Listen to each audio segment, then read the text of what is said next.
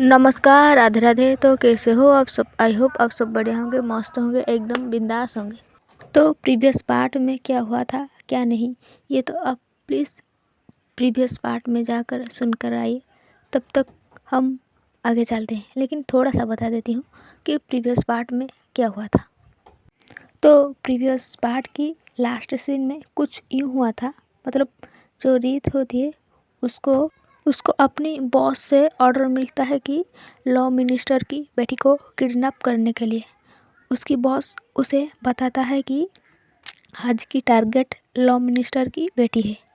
उसके बाद राघव उसे एक फाइल देता है और कहता है इस फाइल में लॉ मिनिस्टर की बेटी की पूरे डिटेल्स है।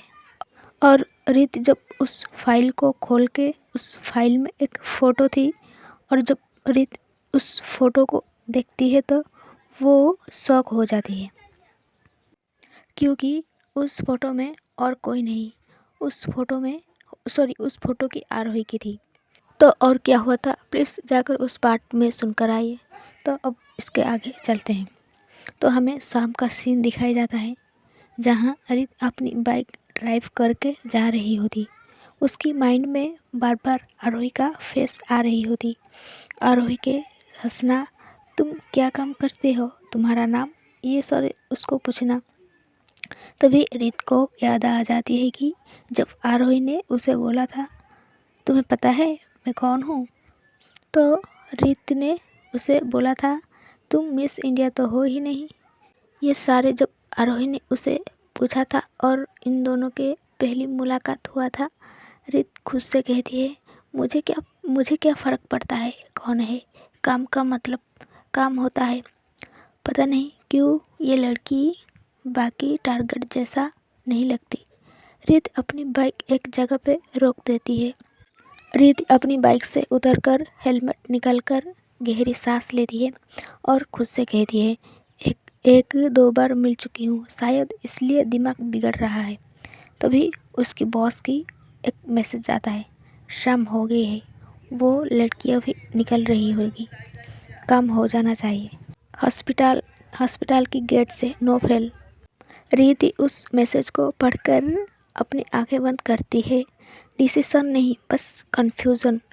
इधर दूसरी तरफ आरोही भी अपनी शिफ्ट ख़त्म करके वो हॉस्पिटल से बाहर निकल रही होती। वो अपनी मम्मी से फ़ोन पे बात करके आ रही होती हॉस्पिटल से निकलकर। हाँ मम्मा, शिफ्ट ख़त्म हो गई, अब बस घर के लिए निकल रही हूँ। इधर थोड़ी दूर से रीत हेलमेट पहनकर आरोही को देख रही होती। रीत अपनी पैर आगे बढ़ाती है, फिर वो कुछ सोचकर रुक जाती है। रीत मन में कहती है अगर ये काम मैं कर गई तो, अगर फिर कभी ये मुझे दिख गई तो तब सामने खड़ी होके उसे आंखें कैसे मिलाऊंगी।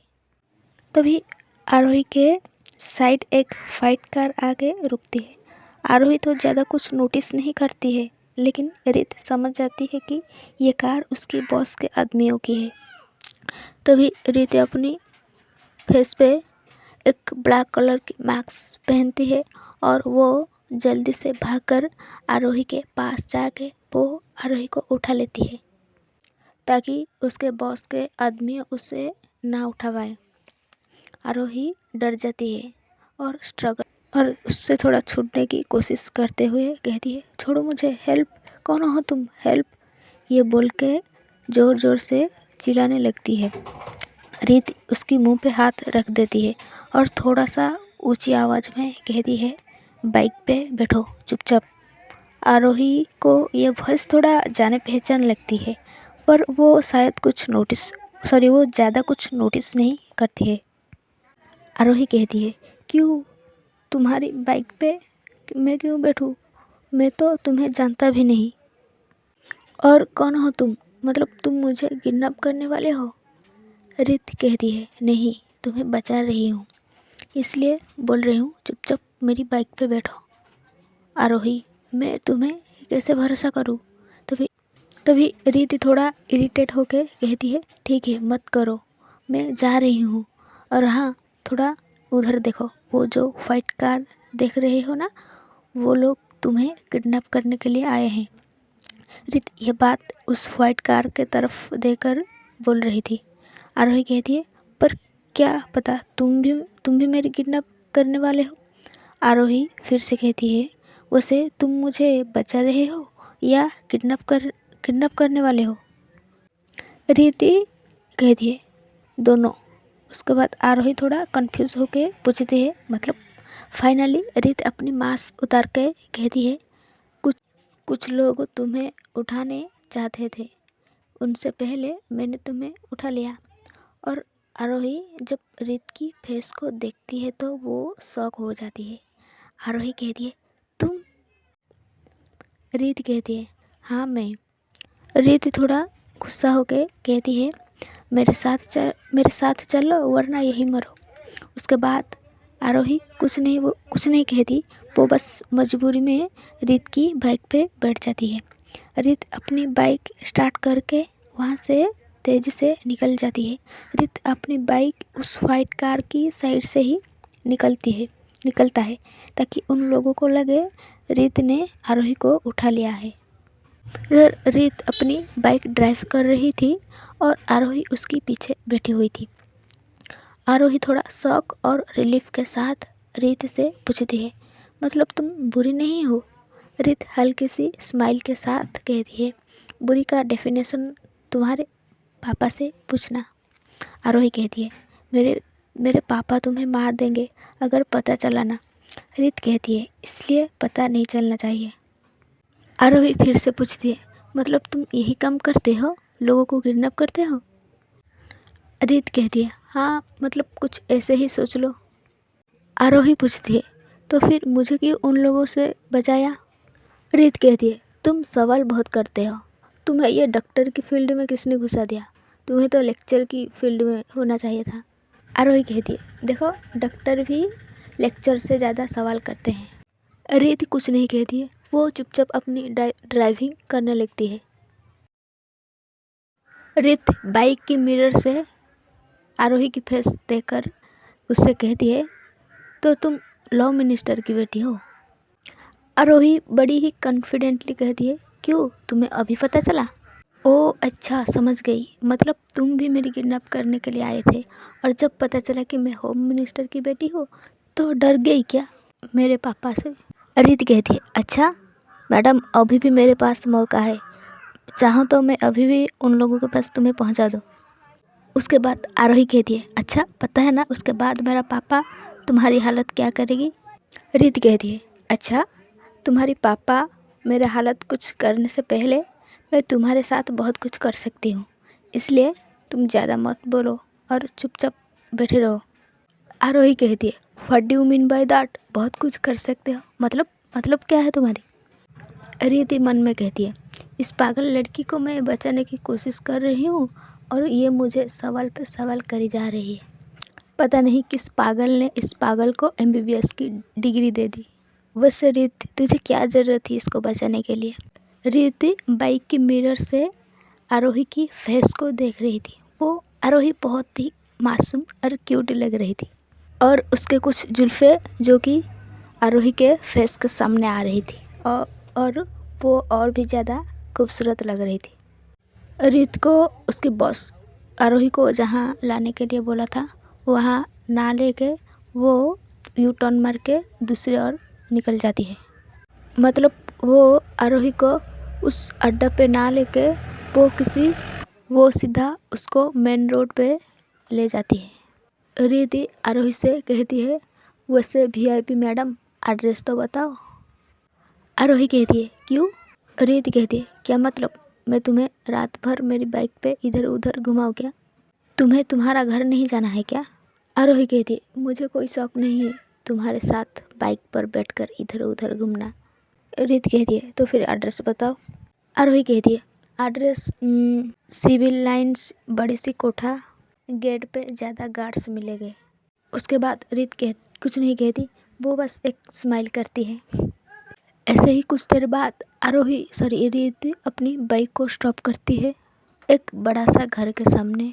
घर के बाहर बहुत सारे सिक्योरिटी गार्ड एंड घर देखने के लिए काफ़ी बड़े थे। रीत कहती है, उतरो बाइक से। उसके बाद आरोही बाइक से उतरती है। मिनिस्टर की बेटी, घर से निकलते वक्त बॉडीगार्ड के साथ जाया करो।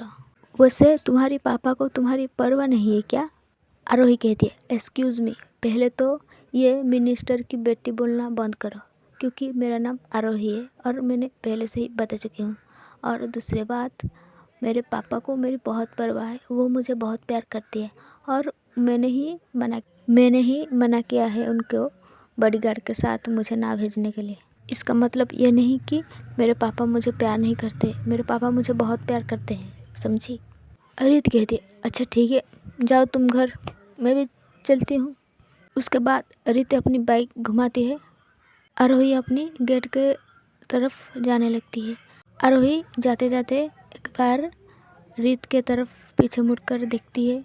पता नहीं क्यों उसकी फेस पे ऑटोमेटिक एक प्यारी सी स्माइल आ जाती है। रीत अपनी बाइक को स्टार्ट करके वहाँ से निकल जाती है और आरोही उसे जाता हुआ देखती है, वही स्माइल के साथ। उसके बाद आरोही अपने घर के अंदर आने लगती है। आरोही जब घर में एंटर करती है तो देखती है उसके माँ थोड़ा टेंशन या परेशान में और उसकी पापा किसको बार बार फ़ोन लगा रही थी। ऐसे लग रहा था जैसे कि वो दोनों कुछ टेंशन या परेशान में है।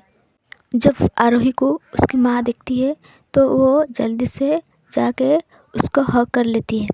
तभी आरोही कहती है, पापा मम्मा क्या हुआ, तुम दोनों इतने परेशान क्यों हो, कुछ प्रॉब्लम है क्या? तभी आरोही के पापा भी उसको जाके जल्दी से हग करके कहती है, बेटा तू ठीक तो है ना? मैंने तुझे कब से कॉल करने की ट्राई कर रही हूँ, तेरी फ़ोन आउट ऑफ नेटवर्क बता रही थी और लास्ट कॉल तो तेरी माँ की थी। तभी आरोही थोड़ा कंफ्यूज होके कहती है, पर इसमें टेंशन होने की क्या बात और घबराने की क्या बात है?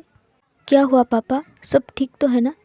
उसके बाद आरोही के पापा उसके माँ को कुछ इशारा करती है, जैसे कि आरोही से कुछ ना बताने की, इसलिए उसकी माँ उससे कुछ बताती नहीं है। और आरोही फिर से उसके पापा से पूछती है, पापा क्या हुआ, कुछ हुआ है क्या? उसके बाद उसकी पापा थोड़ा नॉर्मल होके कहती है, कुछ नहीं बेटा, बस तेरी फ़ोन नहीं लग रही थी, इसलिए हम दोनों थोड़ा परेशान हो गए थे। आरोही कहती है, नहीं पापा, मुझे अब दोनों कुछ छुपा रहे हो, सच बताओ।